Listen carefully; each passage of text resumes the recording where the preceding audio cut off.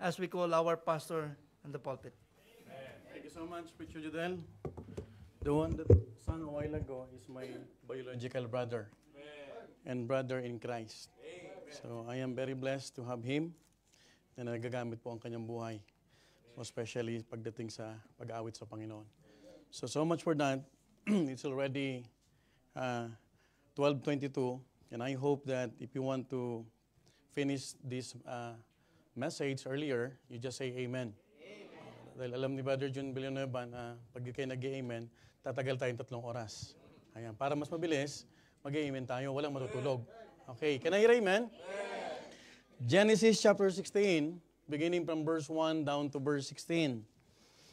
This is the whole chapter of Genesis chapter 16, and I hope that we will read responsibly as I read verse 1, and then when we reach verse 16, we will read all together. Can I hear amen? Genesis chapter 16, verse 1, the Bible says, Now Sarai, Abraham's wife, bare him no children, and she had an handmaid, an Egyptian, whose name was Hagar.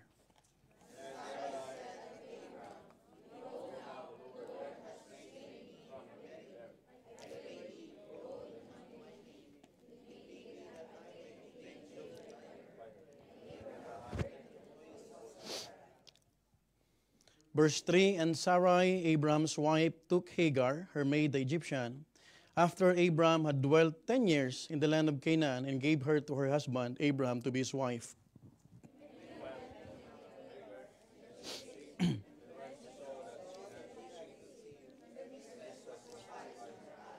Verse 5, And Sarai said unto Abraham, My wrong be upon thee, I have given my maid into thy bosom.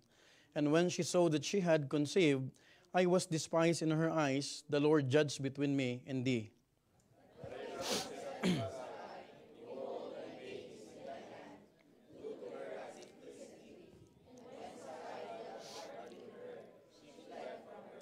And the angel of the Lord found her by a fountain of water in the wilderness, by the fountain in the way to Shur.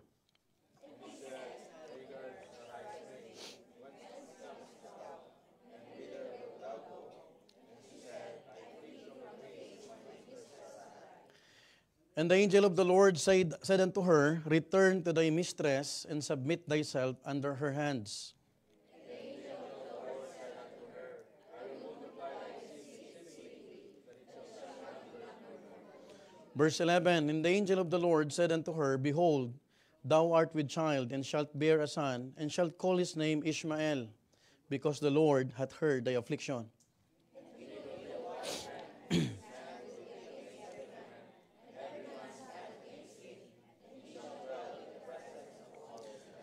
Verse 13, And she called the name of the Lord that spake unto her, Thou God seest me, for she said, Have I also here looked after him that seeth me?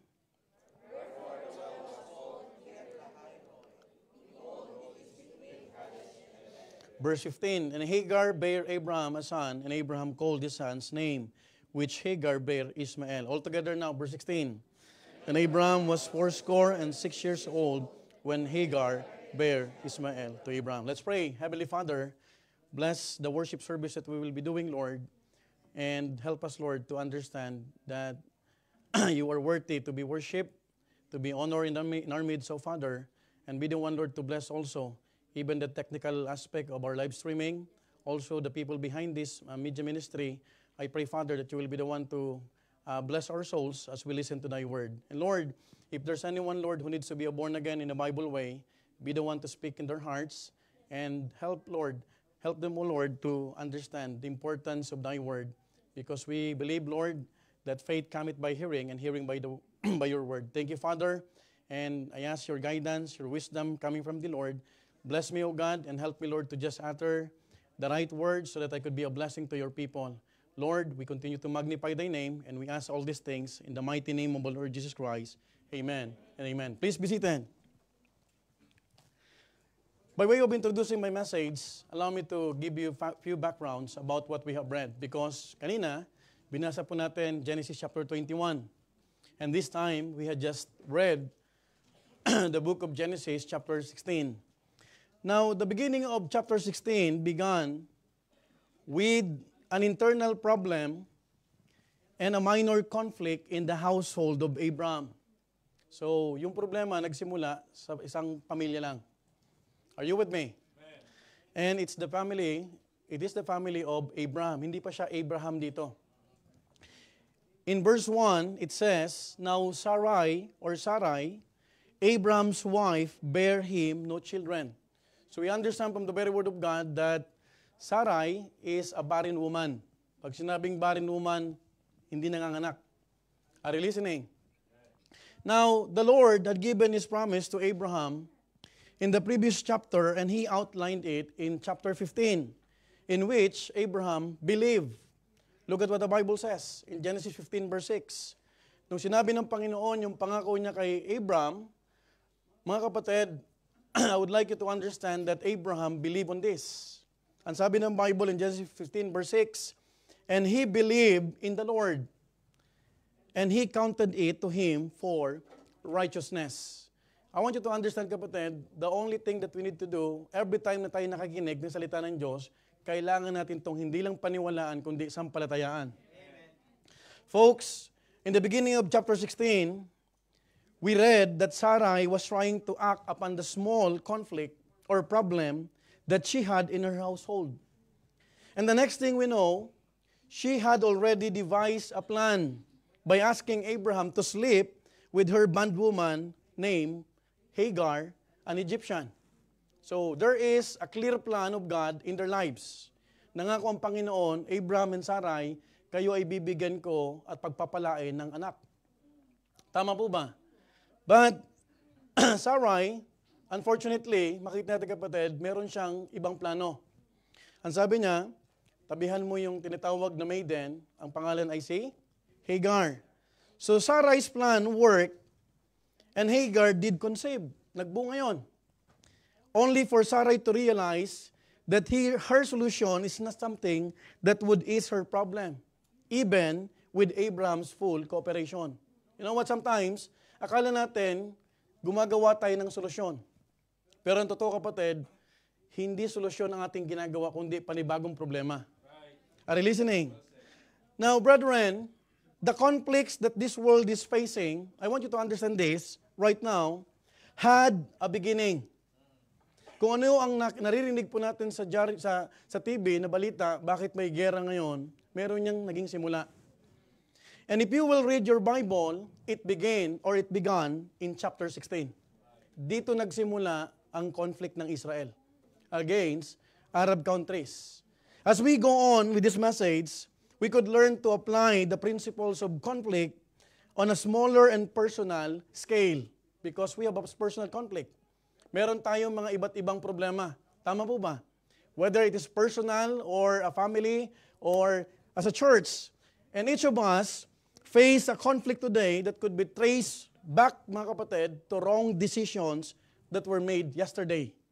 Kung ano man ang conflict na kinakaharap po ngayon because meron kang naging maling desisyon kahapon. Are you listening? Now, this morning, allow me to preach a message I entitled, The Beginning of Conflict. The Beginning of Conflict. Lahat ng gusot na kinakaharap natin, meron yan simula. Tama po ba? That is why, this morning, allow me to preach a message I entitled, The Beginning of Conflict.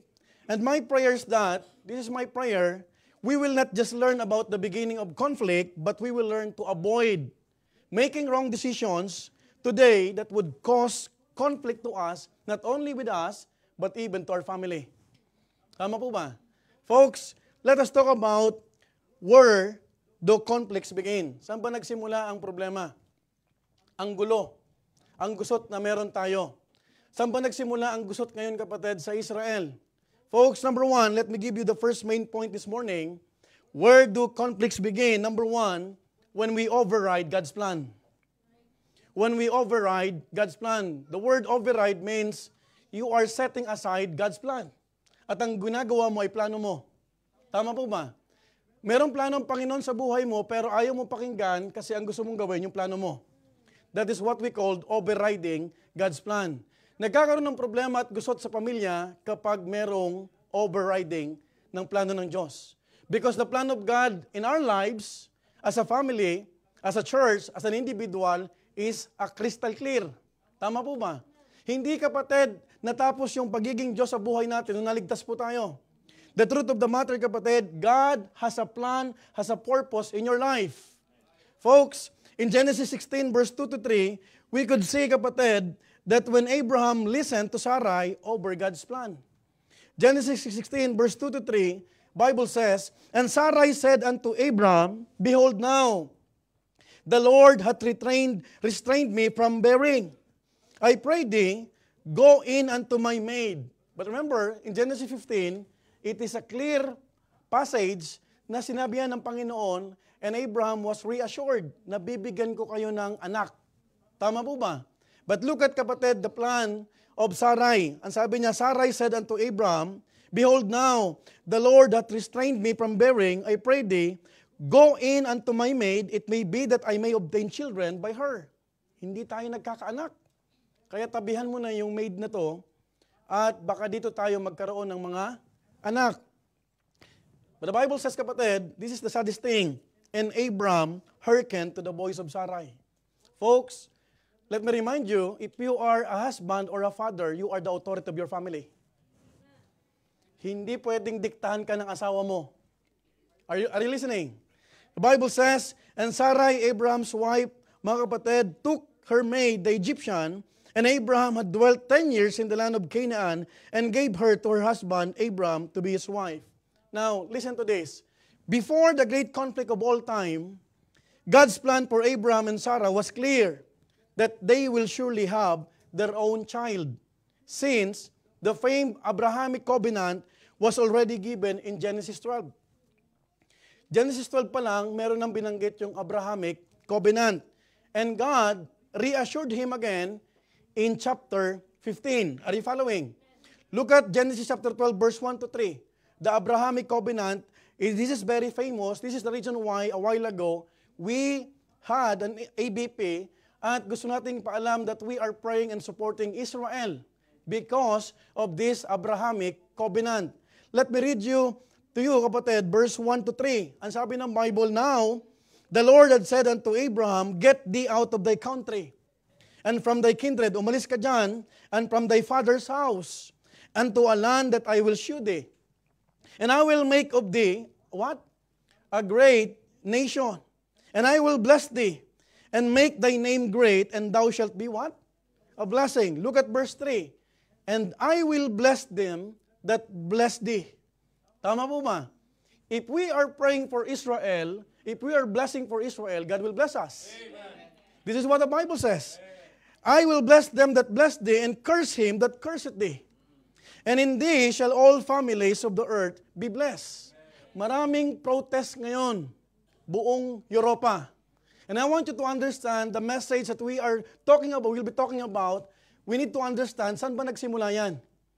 That is why we need to understand, kapatid, even in Genesis 15 verse 3 to 4, "And Abraham said, Behold, to me thou hast given no seed." Sabi ni Abraham, "And lo, one born in my house is mine heir." Because meron siyang servant, ang pangalan sa si Eliezer. Eliezer the Damascus man. Makikita mo, kapatid, sabi ni Abraham, "I have only one heir. May tagapagmana ako, ang pangalan ay si Eliezer." At paano mo ako sasabihin na ako'y panggagalingan ng maraming bansa? Look at what the Bible says in verse 4. "And behold, the word of the Lord came unto him, saying, This shall not be thine heir, but he that shall come forth out of thine own," what? "Bowels shall be thine heir." Look at verse 18. "In the same day, the Lord made a covenant with Abraham, saying, Unto thy seed have I given this land." Can I hear amen? So malinaw yung pangako ng Panginoon na magkakaroon ka ng sarili mong anak. "From the river of Egypt unto the great river, the river Euphrates." Makikita mo, kapatid, when God said that he that shall come forth out of thine own bowels and unto thy seed, God is not referring to another woman, but to Sarai, Abraham's wife. Tama po ba? Isa lang ang kalooban ng Panginoon sa atin na magkaroon ng asawa. The great conflict started when Abraham listened to Sarai's plan instead of God's plan. You know what? Doon nagkakaroon ng problema. And sometimes, nandun tayo sa sitwasyon ng magulo, pero kapatid, bago tayo nagkaroon ng problema, ano bang pinagsimulan? Tama po ba? Number one, we are talking about when we override God's plan. You know what, mga kapatid? Sarai dictated or sinabihan niya si Abraham, tabihan mo to. Tama po ba? Although, it is clear for him that God will give him a seed na tinatawag na panggagalingan ng maraming tinatawag na lahi. The growth conflict, mga kapatid, again, started when Abraham listened to Sarai's plan instead of God's plan. Pag alam mo na malinaw ang plano ng Diyos sa buhay mo, wala kang dapat pakinggan. Huwag mong pakinggan yung nasa tabi mo kasi ang nangungusap sa iyo yung Panginoon. Tama po ba? You know what, mga minamahal ko? Sarai disregarded God's plan when she superseded and made an alternative plan by asking her own husband to sleep with Hagar for them to have what? Kids or children. You know what? Husbands or fathers, let me remind you. Can I tell you something? It is not right to set aside God's plan in our lives just because of the thought that we love our wives. Don't forget that God is love. Tama po ba? Alam ko na dapat mong mahalin mo ang asawa mo, pero hindi yung asawa mo ang nasusunod sa pamilya mo. Are you listening? Folks, that is the mandate of God. And remember this, being one flesh in a marriage doesn't mean being united for committing sin. Tama po ba? I know for a fact, kapatid, na pag nag-asawa ka, iisa na kayong laman. But it doesn't mean, kapatid, na iisa rin kayo sa kasalanan. You can decide and you can hinder that sin or sinasabi ng asawa mo para ang plano ng Diyos sa buhay mo ay makita mo ng malinaw. Now, I have a question to you before we proceed. Ano ba ang plano ng Diyos sa buhay mo bilang isang padre de pamilya? You lead your family to serve God faithfully. Tama po ba? What if your wife later on will tell you, wag na tayo mag-church, what will you do? Hello? What will you do? Because God's plan for our lives is to be saved. And not only to be saved, but to serve Him. Tama po ba? You know what, mga kapatid? Ang laki-laki ng katawan ng mga lalaki, kapatid, pero takot sa asawa. Nadidiktahan. Ang laki ng katawan mo, pero hindi ka makaposisyon ng tama. When you know for a fact that this is God's plan, you ought to understand, yes, you are my wife and I love you, but you ought to listen to me because I am listening to God. You cannot tell your wife that you ought to listen to me because kapag hindi ka sumusunod sa Panginoon. When you are obeying God's plan in your life, you don't need to listen to your wife. Amore, I love you, but I love God more. Folks, the alternative plan of Sarai brought to a result because Hagar, listen to this, conceived Ishmael. The son of the bondwoman and Sarai becomes jealous. You know what, kapatid? Later on, we'll talk about sino ba si Ishmael. Folks, we need to understand, nung nakita, kapatid, ni Sarai na lumabas na si Ishmael, doon na nagkaroon ng problema. She was very jealous. Tama po ba? Because she know for a fact na yung kanyang anak na bitbit o nakikita, hindi naman galing sa kanya. Tama po ba? But listen to this, mga kapatid. Overriding God's plan with the thought that we have a better plan will always result to insecurity and instability in ourselves and our families. You know what, kapatid? When Sarai saw Ishmael, yung batang yan, nagkaroon siya ng jealous heart. And she was so insecure. Tama po ba? But let me ask you, sino ang nagpasimuno niyan? Sino nagpasimuno? Di ba siya rin? You know what, mga minamahal ko? The moment that we try to modify God's plan in our lives, we are not creating solution, but rather, we are creating further complication. Hindi solusyon, kapatid, ang ating hanap. Minsan nagiging komplikado ang buhay. Tama po ba? Because the plan of God for Abraham and Sarai to have a kid, a child. And God will bless that child at siyang panggagalingan ng tinatawag na maraming bansa. But listen to this. When Sarai planned, mga kapatid, sinabi niya, tabihan mo to. But you know what? I am imagining, kapatid, pwede naman sabihin ni Abraham, hindi yan nakalooban ng Diyos. Why would I sleep with her if the plan of God is clear to us? Let's trust God. Tama po ba? When we override God's plan, there is a conflict. Are you with me? Naging komplikado ang kanilang pamilya. Folks, Bible says, kapatid, that we need to understand, kapatid, na pwede mo, kapatid, sabihin sa asawa mo na, teka lang, I really love you, pero yung gusto mo bang ipagawa sa akin ay kalooban ng Diyos? You ask her. If she cannot tell you or answer you, kapatid, with all your heart or with all her heart na tama ang kanyang ginagawa, then you ought to have a position. And that position is to stand with God. Tama po ba? Folks, God doesn't need our help just to fulfill His plan. Because He can accomplish it according to His appointed time. You know what, mga kapatid? Hindi kailangan ng Diyos tayo na magawa ang kanyang plano, kapatid, kahit wala kang gawin. God can do many miracles. Tama po ba? Yung siyensa ngayon, nagpo-promote, kapatid, ng surrogacy. Marami, kapatid, ng mga alternatives. But you know what? There is only one plan sa ating buhay. And there's no plan B. Kaya nagkakaroon ng plan B because we are overriding God's plan. In fact, in Jeremiah 29 verse 11, ang sabi ng Bible, "For I know the thoughts that I think toward you, saith the Lord. Thoughts of peace and not of evil to give you what? Unexpected end." Ang plano ng Panginoon sa buhay mo, yung makatulog ka ng mahimbing at kasama mo ang pamilya mo naglilingkod sa Diyos. Tama po ba? Hindi magkaroon ng komplikasyon. Hindi magkaroon ng tinatawag na gusot. You know what? Christians today should learn to walk in faith and not in unbelief. Nawawalan tayo ng tiwala at hindi tayo nag-aantay sa Panginoon because of unbelief. You know what? I'm thinking about this. Why Sarai would ask her own husband na tabihan si Hagar kung siya ay naniniwala at nananampalataya sa pangako ng Diyos. Maybe Sarai, or perhaps Sarai is thinking, sa'yo naman yung pinangako, hindi naman sa akin eh. But remember this, when God promises something, we need to uphold that. Huwag mong pagduduhan ng plano ng Diyos.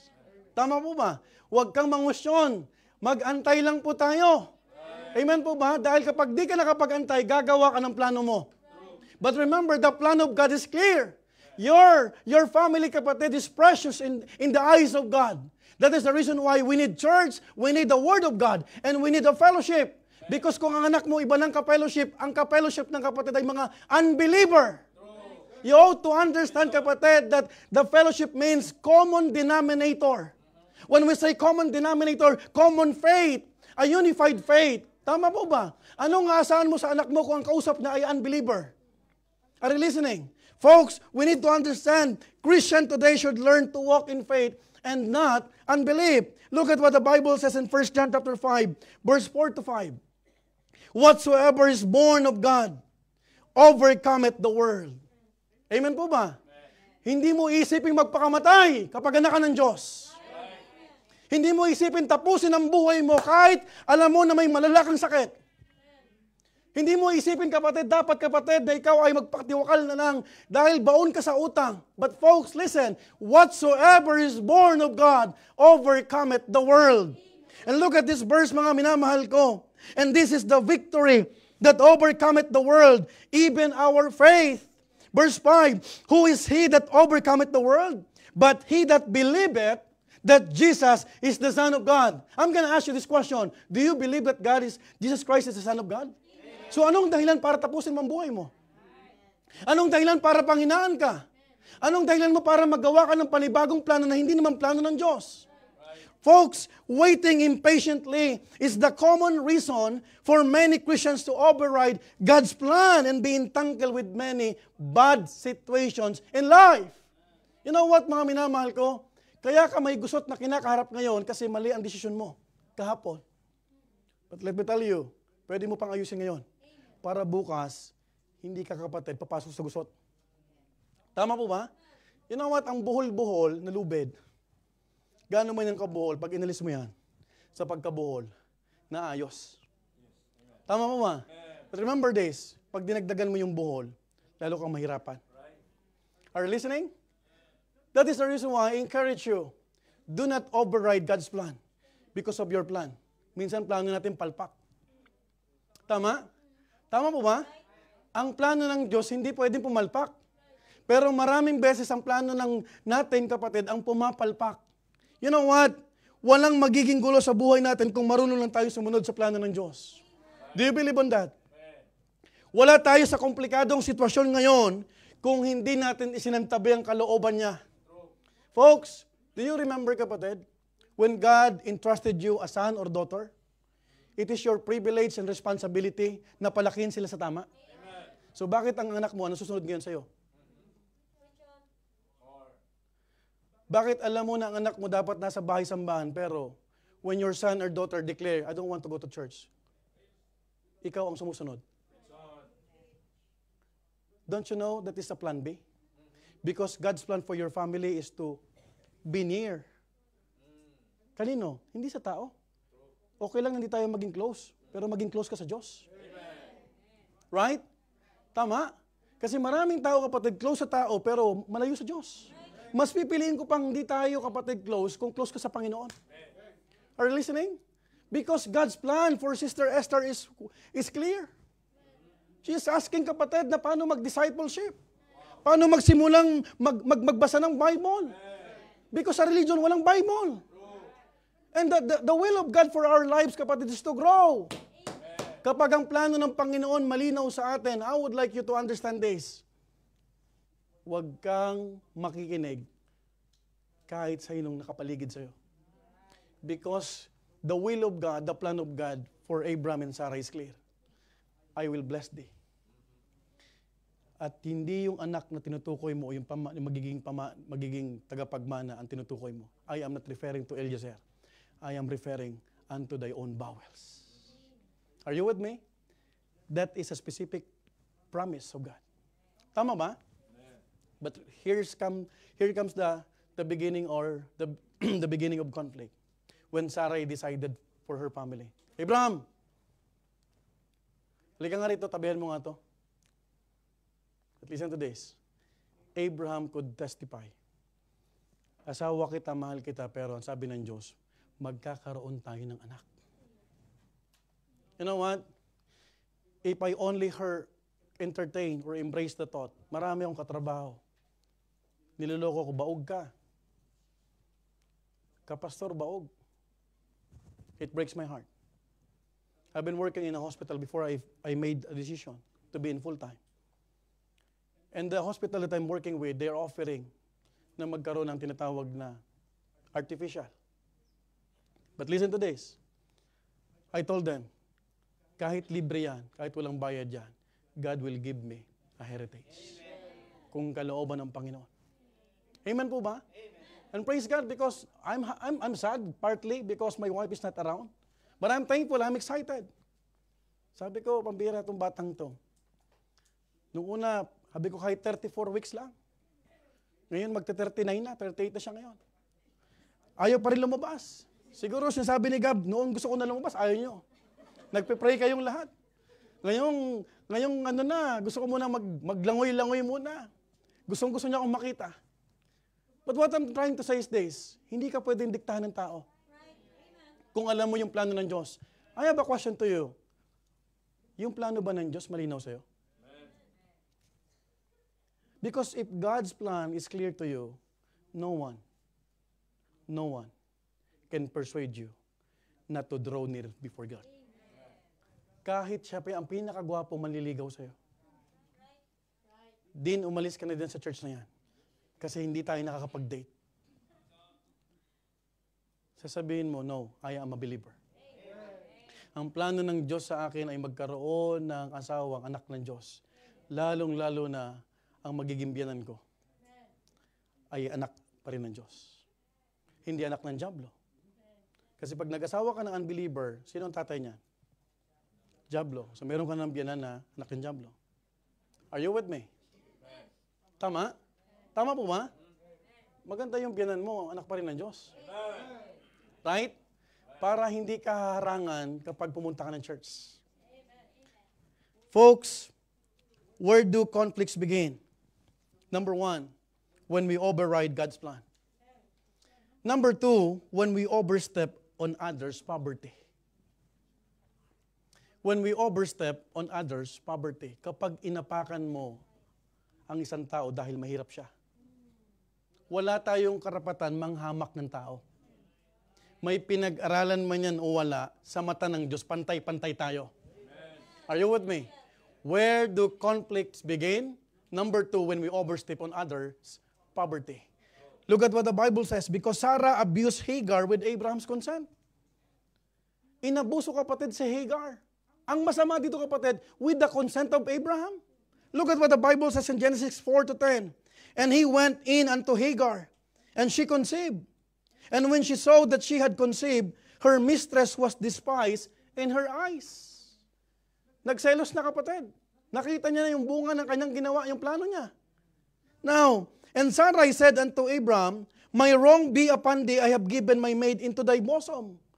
Inaamin ko na yung pagkakamali ko na ako ang nagbigay sa'yo ng babae na to. And when she saw that she had conceived, I was despised in her eyes. The Lord judged between me and thee. But Abram said unto Sarai, look at this statement, behold, thy maid is in thy hand. So do to her as it pleaseth thee. Look at this. Kahit abusuhin mo yan, total, ikaw ang may kakayahan at ikaw ang may authority yan, gawin mo kung anong gusto mong gawin. Because in ancient time, pag mayroon kang maid, kapatid na kasama, you have the right to do everything, kapatid. Pwede mo siyang ipautos, pero kapatid ito, yung pagtabi, medyo, that's too personal. That's too much. Tama po ba? But look at the consent of Abraham. Kinonsente niya. Ikaw ang may tao, ikaw ang may authority diyan. Gawin mo kung anong gusto mong gawin. Tama po ba? Now, remember kapatid, when we overstep on others' poverty, walang magawa, walang kalaban-laban si Hagar. And look at what the Bible says, kapatid. Behold, thy maid is in thy hand, do to her as it pleaseth thee. And when Sarai dealt hardly with her, look at this, she fled from her face. Pinagmalupitan niya, kapatid, yung babae. Kapatid, na nilagay niya sa isang sitwasyon na bakit meron silang gulo ngayon. Tama po ba? Look at this, kapatid, kung gaano kahirap yung sitwasyon ni Hagar. But listen to this, magkakaroon ka ng gusot at conflict sa buhay mo kapag nang-apa ka ng taong dahil alam mong may kahinaan at may kahirapan. Bible says, kapatid, and the angel of the Lord found her by a fountain of water in the wilderness, by the fountain in the way to Shur. And he said, Hagar, Sarai's maid, whence camest thou? And whither wilt thou go? Saan ka pupunta? And she said, I flee from the face of my mistress Sarai. Pag sinabing mistress sa Bible, Mrs. Sarai. Tama po ba? Makikita mo kapatid, nakita siya ng angel of the Lord. Saan ka pupunta, Sarai? Hagar? Tumakbo ko dahil pinagmamalupitan ako ng aking amo na si Mrs. Sarai. Look at what the Bible says. And the angel of the Lord said unto her, return to thy mistress, and submit thyself under her hands. And the angel of the Lord said unto her, I will multiply thy seed exceedingly, that it shall not be numbered for multitude. Folks, the result is, Hagar was favored by God. You know what, kapatid? Hindi ito Hudyo. Ito ay isang Egyptian. Kaya don't think, kapatid, na ang Panginoon ay may kinikilingan. He is a just God. And I want you to understand, folks, if we will notice, Abraham did not initially care for either Hagar or his future son. It's welfare. Wala siyang pakialam. Because he once again gave in to Sarai's anger and displeasure. You know what, mga lalaki? Huwag kang papadadala sa asawa mo na nagagalit-galitan. To the point na hindi ka makatabi dyan kung ang plano ng Panginoon ay makukompromise. Are you with me? Ang babaw mo naman, kapatid, kung ang nagdidikta sa pamilya mo ay asawa mo lang. The will of God for every family is there is a head of the family. Ang laki-laki minsan ng katawan at braso mo, pero pag sinabi ng asawa mo, tiklop ka. Are you with me? Alam mo na may mali na, umaayon ka pa. You know what, mga kapatid? I am telling you always, I've been starting to pray for my son. Kasi lahat ng itinuturo natin dito, babalik yan sa pastor mo. And I want you to understand this.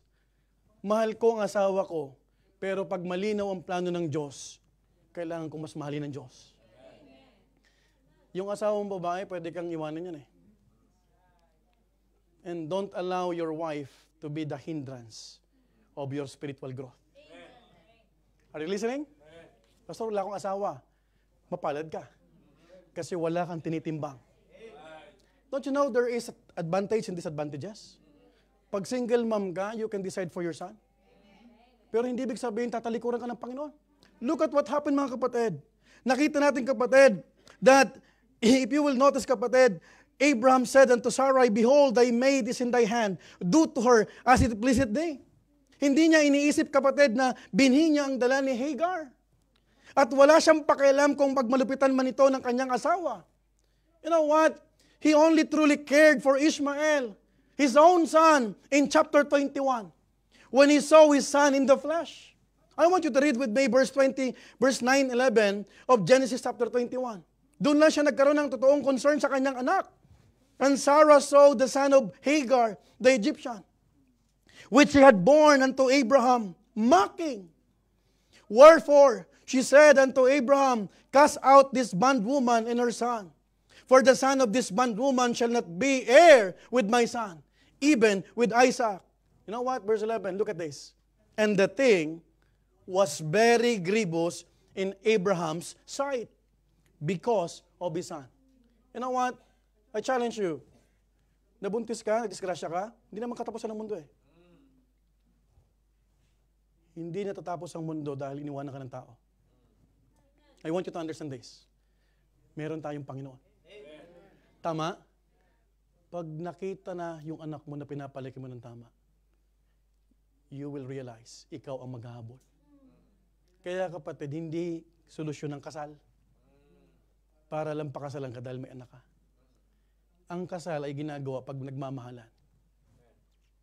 Are you listening? Are you with me? Tama? Huwag kang maghabol. Because Abraham experienced the genuine concern to his own son nung nakikita niya naglalaro. Kamukha pa ni Abraham. Are you with me? Tama? Kasi may mga lalaki kapatid, lolokohin ka pa eh. Hindi ko anak yan, baka anak niya ng iba. Ang sakit nun. Right? That is why, don't override God's plan. But we need to understand kapatid, pag may plano ang Panginoon sa iyo, ang plano ng mga ladies, mga young people dito, ang mapangasawa mo ay anak ng Diyos. So wag mong pangunahan ang plano ng Diyos. Wag mong isipin kapatid na ikaw ay tumatanda na. But listen kapatid, He only truly cared for Ishmael in chapter 21. At nakita natin yung kapatid, you know the reason why Sarai dealt hardly with Hagar? Alam mo ba yan kapatid? Dapat matuwa siya dahil siya nagplano nito. Pero imbis na matuwa siya, siya ang nagingit-ngit. It was because Hagar's conception is a daily reminder for her about her current barrenness. Masakit kay Sarai na araw-araw nakikita niya yung bata na yan dahil iyan ang nagpapaalala sa kanya na baog siya. But listen to this. Sino nagsimula? Where does the conflict begin? It is her problem. It is her plan, by the way. Minsan kapatid, nakakalimutan mo kung bakit nasa sitwasyon ka nang nandiyan ka dahil ikaw may gawa niyan. Tama? Folks, we need to understand that Hagar was a reminder of Sarai's impulsive action and impatience. Kung nag-antay lang sila after 10 years, magkakaroon na silang anak, even if Hagar don't say anything. The fact that it took her easy to be pregnant was a pain that Sarai could not bear. Kasi isang tabi lang kapatid, nabuntis kagad si Hagar. Pero kapatid, hence, she became hostile towards her. Tanong, sino may pakana nito? Di ba siya? Hindi si Abraham. Si Sarai mismo kapatid. Now, what we could learn from this, huwag natin pagmalupitan at sisihin ang sitwasyon na tayo mismo ang bumuo dahil sa mali nating desisyon. Huwag kang manisin ng ibang tao kung bakit yan ang sitwasyon mo ngayon. Kasi ikaw ang may gawa niyan. When you override God's plan, what happened? You are suffering the consequences right now. Huwag kang gagawa ng isang bagay na hindi mo naintindihan na may consequences. Huwag kang magsiselpiti kapatid na magmumukmuk ka na parang aping-api ka na ikaw naman ang may gawa niyan. Are you with me? Who's the one who asked Abraham to sleep with Hagar? It is Sarai. Makita mo kapatid, maraming taong galit sa mundo dahil sa kanilang pinagdadaanan. Na hindi nila naisip na sila ang humukay ng balon sa kinalagyan nila. Hamas right now is blaming Israel. Who's the one who began the war? Think about this. Many European countries nakikisaw-saw na hindi nila alam. October 7, mga kapatid, it is clear. Ang pumasok sa teritoryo ng Israel, sino? Hamas. Tama po ba? Maraming tao kapatid, matatalino yan. Merong mga may mga PhD, may mga degree. But you know what? Kahit mga celebrities, they are siding sa tinatawag na Hamas. But they don't realize, sino nagsimula? Sino? Yung bata, ginigitil ng ulo? Yung monte, sinuhuka yung dyan? Tama? Nire-rape na, pagkatapos rape, patayin, tapos dinuduraan pa? Who started this? The beginning of conflict. Tama po ba? It is just like Sarai. Siya nagsimula, tapos siya ang nang-aaway pa. Siya pa ang galit. Tama? Now, think about this. Kung ayaw mo ng gusot, huwag kang gagawa ng kalokohan. Huwag kang mang-aapak ng tao. Do not overstep, mga kapatid, yung poverty ng isang tao dahil mahina siya. Huwag kang manlalamang sa kapwa mo. Because one day, kapatid, you will be in a situation that it is already complicated. Hindi mo ba alam, pag anak ng Diyos, pag ginapi mo anak ng Diyos, mananagot ka sa Kanya? Oh, I remember, the moment that we are about to transfer, dun sa bahay na ni-refer ni Preacher Nolly, may bahay doon. And we are communicating with him. Sabi ko, ready na yung pera. Okay na yung bigay mo sa amin yung botsa. Permahan. And then suddenly, ilang araw na lang, hindi na kami sinasagot. Yung pala, may nakausap siyang iba. Isang family, Romeno. And here comes the situation. Iyang hiya si Preacher Nolly sa akin So hindi ko alam na ganun siya.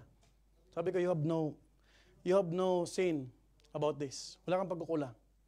Hindi naman ikaw ang taong mahirap kausap At hindi ka ng loko. Nag-refer ka lang, gusto mo lang makatulong. And here comes, kapatid, just 2 weeks ago, Preacher Nolly told me, Pastor, hindi nagbabayad yung kanilang pinaupa. Yung inayos doon na electricity, 10,000 ang hiningi sa kanila. You know what? Hindi ka pwedeng mangape. You don't want conflict? Huwag ka man lamang ng tao. May mga lalaki, nilalamangan yung babae. Tama? Tama po ba? Mahulog sa'yo ang loob ng babae, alam mo may asawa ka? Tama? Tapos nasa sitwasyon ka ngayon, tapos magsaself-pity ka?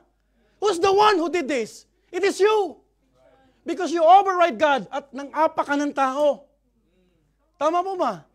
This is the reason why Sarai, kapatid, nakita natin, kapatid, that we don't be hostile against people who have done nothing wrong to you just because you are jealous and insecure of your condition. Sino ang baog? Si Sarai. Sino nagpasimuna ng plano na yan? Si Sarai. Bakit siya ngayon ang galit? Bakit siya ngayon ang nagsiselos? Bakit siya ngayon nagsiself-pity? Now, as I've said, Hamas is blaming Israel right now. Nagpapaawa sila sa buong mundo. Meron dun mga picture na 3 beses na mamatay. Just to attract the people. Nakaawaan sila. Pero tanungin mo sila, pinagsisihan niyo ba yung ginawa niyo sa Israel? No. Allahu Akbar. Thousands of people. Now, sino nagsimula ng gulo nito?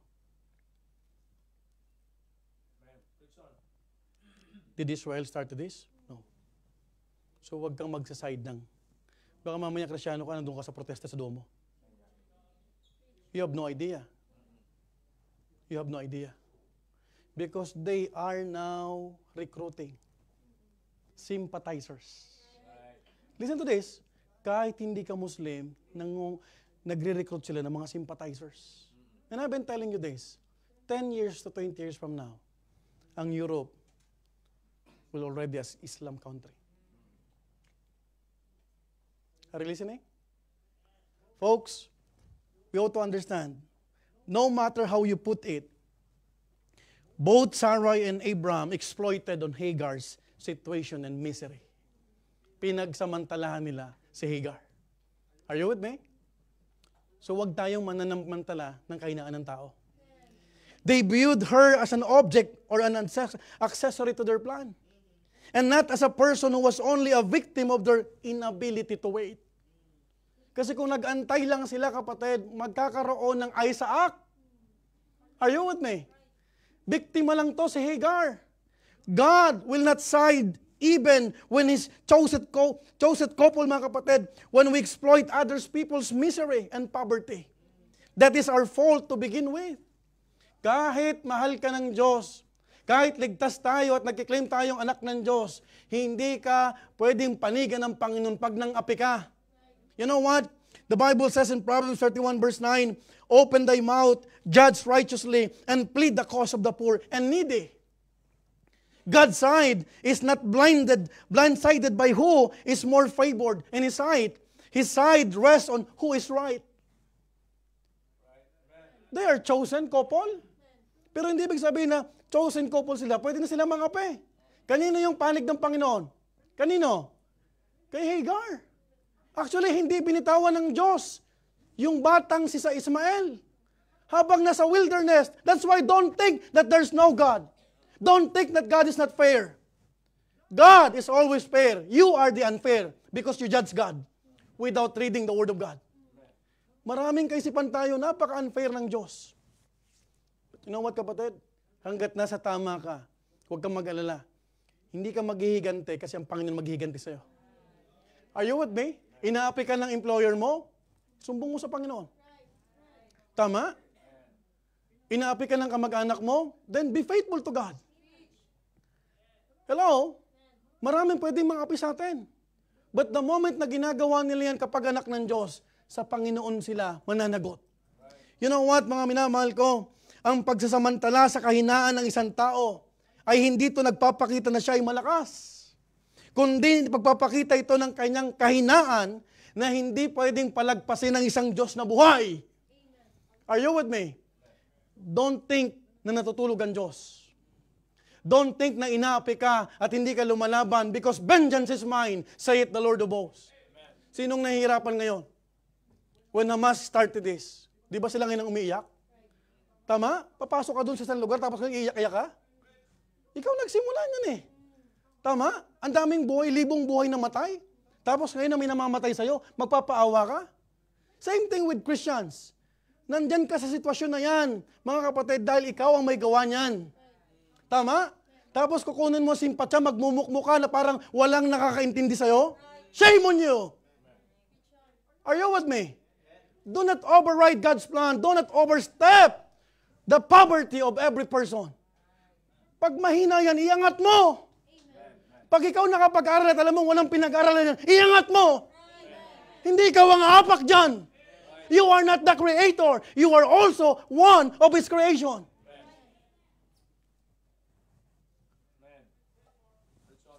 Mahirap kapag nagkaroon ka lang ng pera dito sa Italia, iba na ugali mo eh. Pag nakatingin ka sa tao, parang,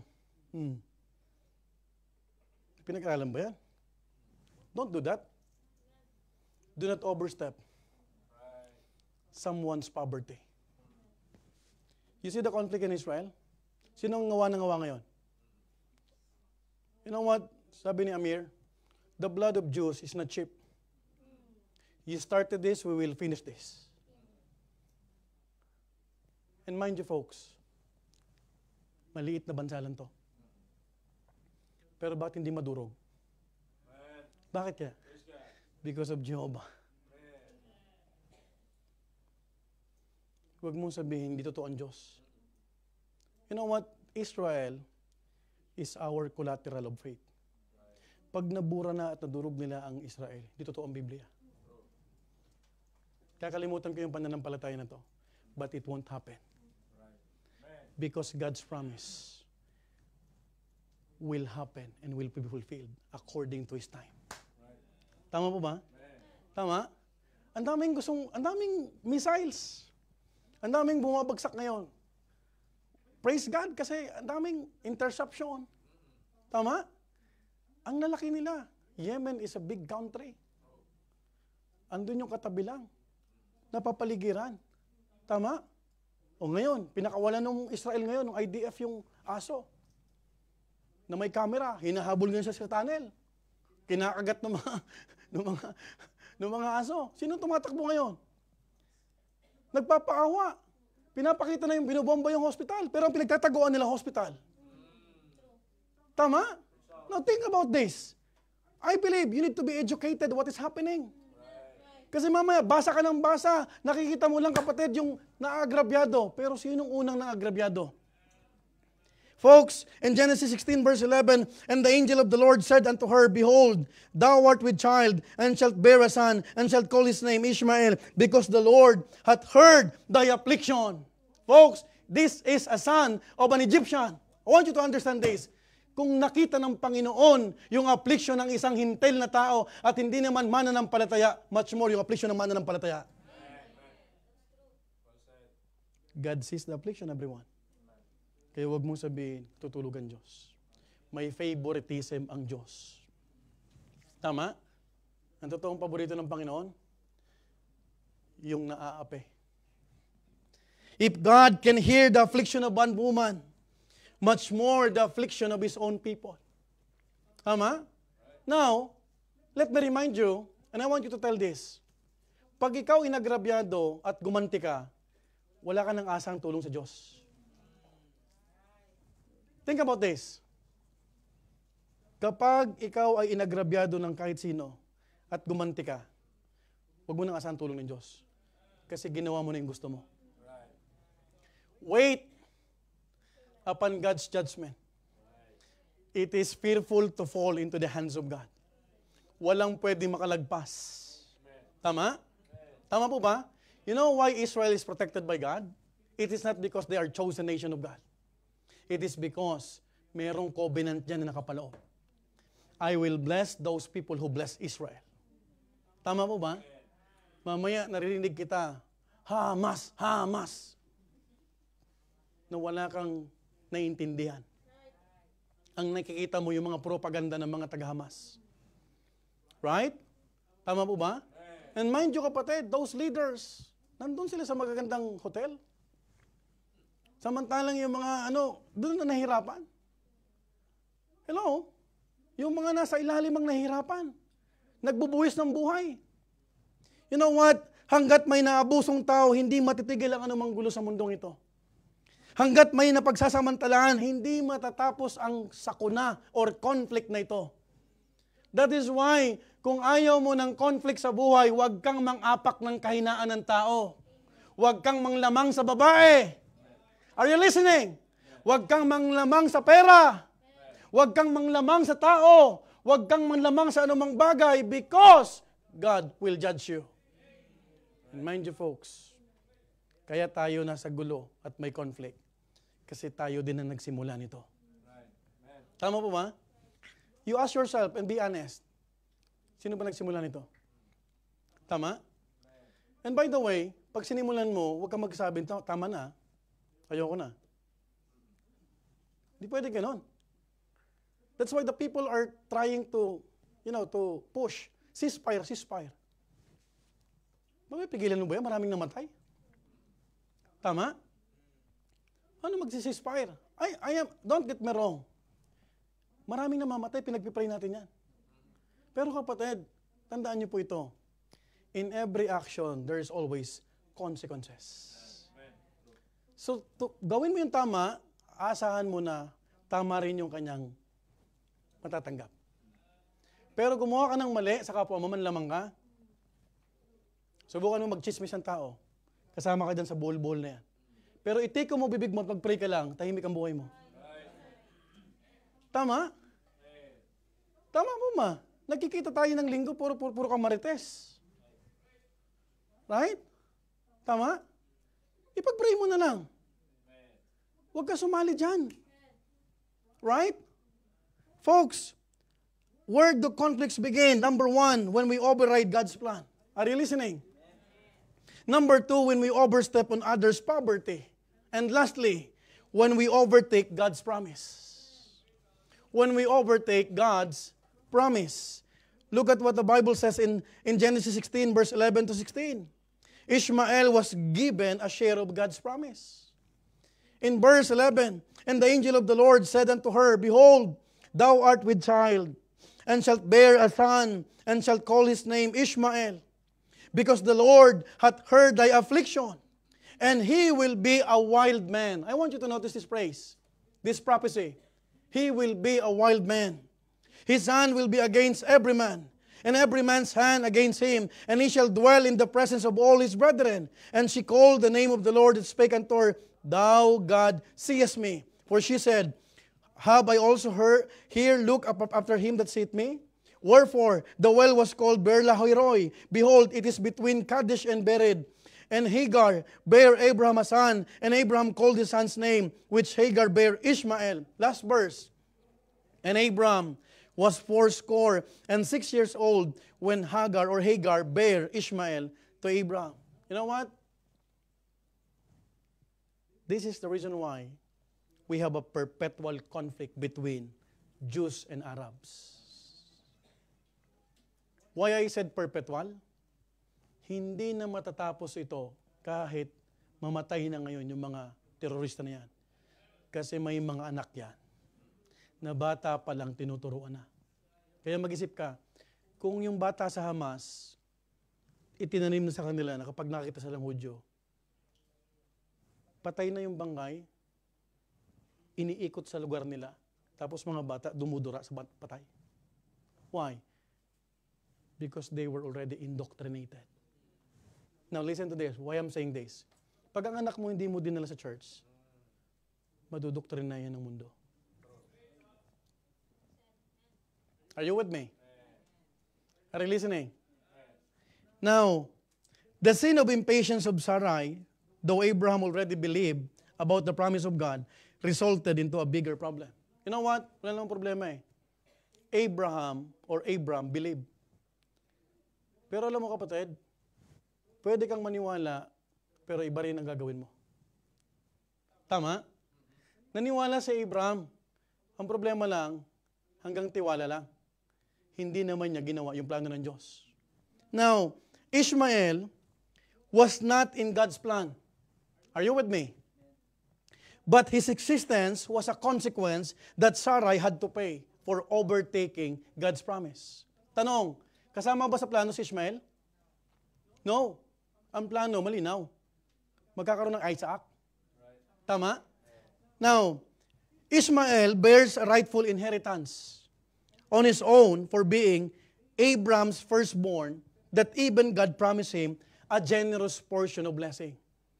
Look at what the Bible says in Genesis 17 verse 20. And as for Ishmael, I have heard thee. Behold, I have blessed him and will make him fruitful, and will multiply him exceedingly. 12 princes that he beget, and I will make him what? A great nation. May nakikita ka bang mga Arab countries na mahirap? Wala? Kasi totoo ang Bible. Tanong uli, kasama ba sa plano ng Diyos si Ishmael?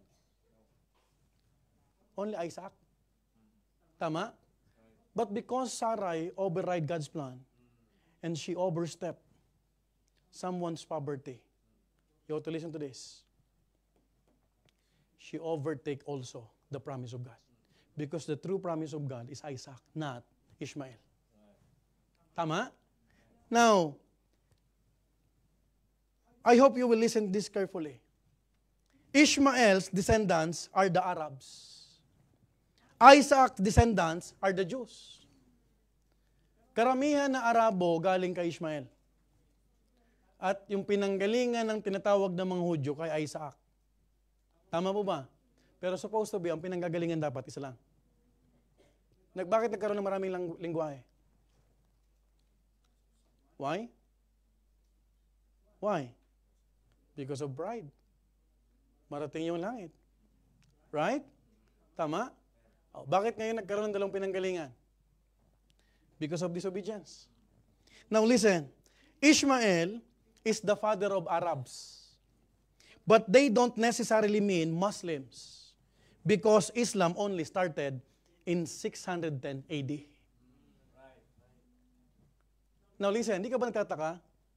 I found out Hagar is an Egyptian. Ay ang Arab at ang Muslim nagsimula pa lang, ito lang. Pero may Egyptian na. Hindi ibig sabihin ng Egyptian ay Arabo. Ethnically. But they are speaking Arabic language. Are you with me? Tama? Tama po ba? Okay. You ought to listen also that even Arabs and Jews acknowledge that they were brothers through Abraham. Hence, this is the reason why hanggang ngayon may Abrahams accord. Kasi alam nila na magkakapatid sila through Abraham. Magkapatid sila sa tatay. Tama? Okay. Bakit ang Saudi, ang UAE ngayon, di gumagalaw? Because there is an Abraham's Accord. Tama? Now listen. What is happening in today's war in Israel is a clear spiritual warfare. Are you with me? Because Satan's confusion using man-made religion and ideology. Bakit ang Yemen nakikisali? Ang Iran. Bakit? Because of religion. Sino nasa likod ng religion? It's Satan. Are you with me? That is why, paulit-ulit kong sasabihin sa inyo, hindi aksidenteng dinala tayo ng Panginoon dito. Because I would like to tell this for the last time. Ang mga ang Italians, isang anak, dalawang anak, marami na. Pero yung matatandang Italiano, mamamatay later on. Sino ang susunod na sisibol na henerasyon dito? Marokino. Egyptiano. That is why Europe is a breeding ground for Islam. Kung hindi tayo magsusulwining, Brother RJ, mapupuno ito. And what is happening right now, it is a visible proof. Saan ka nakakita na ang protest, kinakalampag ang gobyerno, at sila nagdidikta, at ang bandilin na winawayway nila ay ISIS. Jihad. Now, kung dayo ka, dapat ikaw susunod. Pero sino ang gusto nilang pasunurin? Yung European government. That is why be very careful. If your pastor is telling you, come on, let us do soul winning, it is because God's plan for us to do it. That is the main thing. Huwag ka lang magre-remain sa bahay mo. Right? Napaka-selfish mong tao kung ikaw lang ay gusto lang, ikaw lang maligtas. Tama mo ba? Yung ginagawa nyo na pagbabahagi sa domo, ay praise God, nandun si Sister Esther. Ilang taong ka na, sis? 69. O kayo mga bata, asan kayo noong Sabado? Yung kakabaptize na 69 years old, nandun sa ulanan, nandun sa tinatawag na domo, nagbabahagi ng salita ng Diyos. Where are you? Nasaan ka? Don't overstep God's promise. Do not overtake yung pinangako ng Diyos. Kasi pag pinangunahan mo ang pangako ng Diyos, kapatid, mamimiss mo yung pribileyo na naglilingkod ka sa Panginoon. You know what? The great conflict was matured and aggravated in Genesis 21 when Ishmael mocked his half-brother Isaac that caused Sarah to cast them both. Eto na, naglalaro na parehas yung dalawang anak ni Abraham. Nakita ni Sarah, kapatid, na minamak ni Ishmael. Sino? Si Isaac. Look at what the Bible says. This is the maturity of conflict. In Genesis 21, 9-10. That's why do not think na nangyayari sa Israel, ngayon na lang yan. Matagal nang nagsimula ang conflict na to. Kung bakit nandyan ka sa sitwasyon na yan, matagal mo nang ginawa ang kalokohan. Are you with me? Look at what the Bible says in Genesis 21, 9-10. And Sarah saw the son of Hagar, the Egyptian, which she had born unto Abraham, mocking. Wherefore she said unto Abraham, di napansin yung Abraham naging Abraham na? Ibig sabihin, malaki na si Abraham, ay yung Isaac at si Ishmael. Sabi ni Sarai, cast out this bondwoman and her son, for the son of this bondwoman shall not be heir with my son, even with Isaac. We should not forget that there is a prophecy for Ishmael, the father of Arabs, which is now fulfilled even in our times. Di ba may propesya kay Ishmael? Tsaka sa kanya mga descendants? Look at Genesis 16:11-12. And the angel of the Lord said unto her, behold, thou art with child, and shalt bear a son, and shalt call his name Ishmael, because the Lord hath heard thy affliction. And what? Look at this verse. And he will be a wild man. Sino ang wild man? So you will understand right now bakit nagagawa nila yon. Mas masahol pa sila sa unang teroristang ISIS. Tama? Tama ba? Yung nasa kibbutz, noong October 7. Naglabasan na yung mga videos. You will be shocked. Hindi ka makakain at hindi mo makukuha magsimpatya doon sa mga tao na yan. Kasi maraming tao, based in the autopsy, 2 ribs magkatabi. Sinunog na buhay. Yung isang rib, maliit na rib kasi bata pa. They don't care. Why? Because these people are wild. Sino nagsabi? Ako? The Bible. It's the Bible. So that is the reason why we are partnering with other missionaries. Kahit nasa Muslim country sila, nagpapadala tayo ng support at love gift. Why? Because yung maliligtas dyan at makukonvert, isang malaking gloria sa harapan ng Diyos. Ang tanong, nagbibigay ka ba sa misyon?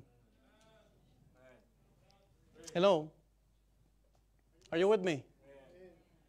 Folks, sin conceived in heart will one day be seen in flesh. You know what? Yung kasalanan ni Sarah is unbelief. Pag hindi mo inalis yung kasalanan sa puso mo, halimbawa, may kasalanan ka nangangalo niya, may asawa kang tao, tingin ka ng tingin sa mga dalaga. Pag di mo inalo, makikita mo, ang kasalanan mo, magbubunga na yan. Right? Tama po ba? So kung anong naiisip mo palang na kasalanan, itigil mo na yan. Right? Tama? Kasi habang kinakadil mo ang kasalanan, isang araw, ginagawa mo na yan. Nagbunga ba yung kasalanan na unbelief? Yes. The unbelief of Sarah. Ishmael is the product of her unbelief. Lahat tayo ay may gusot or conflict sa buhay, isn't it? Tanungin natin ang ating sarili kung saan ito nagsimula. Nagmarunong ka ba sa plano ng Diyos sa buhay mo? Meron ba tayong inapi o inapakan na tao? Pinangunahan mo ba ang pangako ng Diyos? There is a need to know where the conflict began. Kasi magsisalpiti ka kung bakit mayroong ganyang sitwasyon sa buhay mo kasi may mali kang desisyon sa buhay kahapon. Na meron ka pang pagkakataon na itama ngayon. Why? Because mas marami pa tayong gusot sa buhay na papasukan kung hindi tayo matututo na maghintay at magmamarunong ka sa Diyos. Kailan tayo mapapagod, kapatid, na nagmamarunong ka sa Diyos? Napaayos pa yung buhay natin? O lalo tayong lumala ang sitwasyon mo? Biruin mo yung kapatid, yung ipapakain mo sa pamilya mo galing sa tinatawag na sugal? Hello? How can you choke? How can you swallow it? Samantalang ibang Pilipino nagpapakamatay magtrabaho. You want easy money? You want to overtake God's plan? How many conflicts in life will continue to dig every time we overtake on God? Ilan pang gusto mo pong mangyari? Folks, rushing to be in a relationship even while you're still young? Patago ka nagkakaroon ng relasyon? Tandaan mo, isang araw, komplikado ng buhay mo. Why? Magkakaanak ka na walang ama. Are you with me? Tama po ba? Iiyak-iyak ka at sabihin mo, wala nang buhay na to. Why? Wrong decisions. Number 2, rushing to be rich. Walang masamang yumaman, pero yung pumarehas ka. Huwag networking. Right? Folks, rushing your church discipline. Alam mo, nagdidisiplina ka rito, ayaw mo magpadisiplina? Gusto mo shortcut? Lunod ka sa glory, lunod ka sa tao, ayaw mo padisiplina? No, sir. We believe in church discipline. Amen. You must abide in the authority if you want, mga kapatid, that you will be restored someday. Hindi lahat ng church nagdidisiplina. Let me remind you, okay sa kanila, may nagagalawan sa loob ng church eh. Right? But in this church, alam niya ni Sister Rose eh. Alam niya ng mga bumalik na rito eh. Tama? Tama? I will not change my position. Yung anak mo, ayaw mo dalhin dito? Ikaw naman yan eh. Sino mo mag-suffer later on? Ako? No. The church will go on. Hindi ako mawawalan, ikaw. Kasi sasakit ng ulo mo later on. Masakit sa magulang, isang araw marinig mo. Sino ka para magsalita niyan? Buhay ko to. Huwag mong gawing pet ang kasalanan. Are you listening? Rushing your healing. Pag sinabihan ka ng pastor mo, magpalakas ka muna. Right? Hindi yung kapatid na pambira. Alam mo na may ginagawang Panginoon sa buhay mo. Hindi ka pa nga malakas sa Panginoon. Mag-i-entertain ka na naman ng panibagong relasyon. Right? You love yourself first. God. Di ba nasaktan ka? Are you listening? Bakit hindi mo bigyan ng panahon, kapatid, na mahalin naman ng Panginoon? Hindi ka ipinanganak sa mundong ito para saktan ng tao. Rushing your growth. Hindi minamadali, kapatid, ang lahat. Walang shortcut sa mundong ito. Gusto niyo i-shortcut ko ito yung mensahe? But the purpose of God will be defeated. Actually, gusto ko lang tumigil kakasalita. Kanina pa ako nagsasalita eh.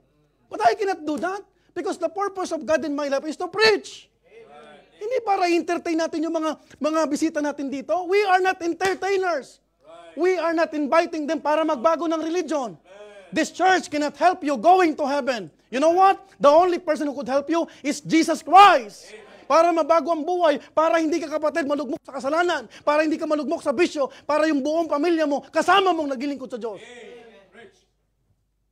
There are many churches who doesn't care anymore. You know what, kapatid? Lahat ng minadali at lahat ng dinaan sa mabilisan ay mabilis din ang balik ng pait at leksyon sa buhay.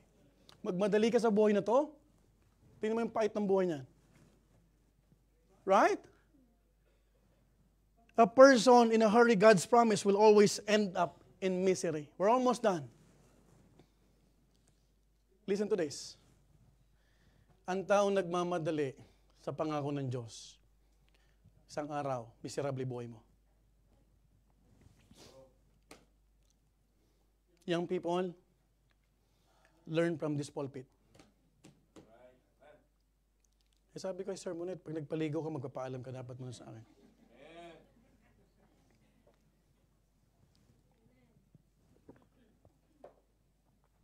Right? Ba't naman kailangan pang paalam kay pastor? Tanda-tanda ko na eh. Bakit hindi? Kailan mo ipapaalam pag niloloko ka na? Right? Basurahan lang ba yung pastor? Are you with me? Pambira palang pastor dito, pakialamero. Okay na akong maging pakialamero sa buhay mo. Basta mapapayos ka lang. Right? Kesa yung walang pakialam sa'yo. Na kahit nagpupunta ka sa church, kahit nagdudurog ka, walang pakialam sa'yo. Every Christian today has a greater and wonderful promise than Hagar ever had. I want you to understand this. Dito tayo magtatapos. God says everything and He promised us that He will never leave us nor forsake us. Kapatid, hindi iniwan si Ishmael sa wilderness. When the angel of the Lord says, Hagar, actually, this is the exact look. I have no time to read the passage, but this is the exact event. Tumalikod na lang si Hagar. Ipinikit niyang mata niya kasi ayaw niyang makita na mamamatay na lang yung anak niya. Are you with me? Walang matinong magulang na makita niya ang anak niya nagsasuffer. And you know what? The moment that she closed her eyes, here comes the angel of the Lord. Tanong, si Hagar ba ay believer? No. She's an Egyptian. Tama? Now, hindi iniwanan si Ishmael at si Hagar nung nasa wilderness sila. Bagkos binigyan ng pangako. Ganun ang Diyos natin. And you are more than a Hagar, an Egyptian, a bondwoman. We are a free man because God bought us with a price. Hebrews 13:5. Let your conversation be without covetousness. And be content with such things as you have. For he had said, I will never leave thee, nor forsake thee. Iiwanan ka ng kumpare mo. Yung sabi mong ganun kayo, pag nagipit ka, at pag nasa kulungan ka na, baka hindi ka dalawin yan. Pero yung Diyos, hanggang kulungan, kasama ka. Huwag ka maniwala dyan sa pare-pare na yan.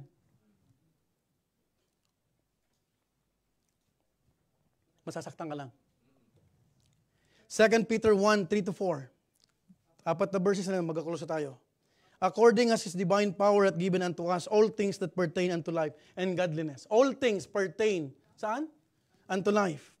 Through the knowledge of Him that hath called us to glory and virtue, whereby are given unto us exceeding great and precious promises, that by this ye might be partakers of the divine nature, having escaped the corruption that is in the world through lust. Last verse. Matthew 28, 19-20. This is very common verse. Go ye therefore, teach all nations, baptizing them in the name of the Father and of the Son and of the Holy Ghost. Natapos ba doon? Teaching them to observe all things. And whatsoever I have commanded you, and lo, I am with you always, even unto the end of the world. Amen. So huwag kang magselos kay Hagar. Kasi yung pinangako ng Diyos sa atin, more than the promise that God gave to Hagar. Folks, don't just learn about the conflict, where it began. Don't just learn today, when there is a wrong decisions, there will be consequences. But learn today that the comfort of God is available. Conflict, consequences, and comfort. Ishmael and Hagar was comforted by God. Ang tanong, are you willing to be comforted by God? I don't know kung anong gusot na kinakaharap mo ngayon. Huwag kang mag-self-pity. Balikan mo kung saan nagsimula. And you ask God's strength. Lord, strengthen me. Comfort me. Amen? Hindi yung magre-rebelde ka pa. Ikaw na yung nakalamang, ikaw pa yung magre-rebelde. Ang kapal naman ang mukha mo. Are you with me? Tama? Aminin natin, Lord, nagkamali ako. Kung nang api ka man, nang agrabyado ka, you repent of your sins. Because God can forgive us if we are truly repentant. Let's all stand up and we'll pray. Heavenly Father, thank you once again, Lord, for allowing us, Lord, to worship you in spirit and truth. Lord, alam niyo po, Panginoon, ang aming mga puso't isipan. And this time, Lord, kayo pong mangusap sa bawat isa. Wala pong kabuluhan ang aming mga napakinggan if we will not respond rightly to your invitation. It is your will that we could worship you in spirit and truth. And I pray, Father, that you will bless the invitation, Lord, that we will be doing as we respond to what we have heard from thy word. While the piano plays softly, we have 2 invitations this morning. I know it's late, but as I've said, walang kabuluhan ang napakinggan natin kung hindi mo matitiyak ang totoong kaligtasan at hindi mo makukuha ang comfort na galing sa Panginoon.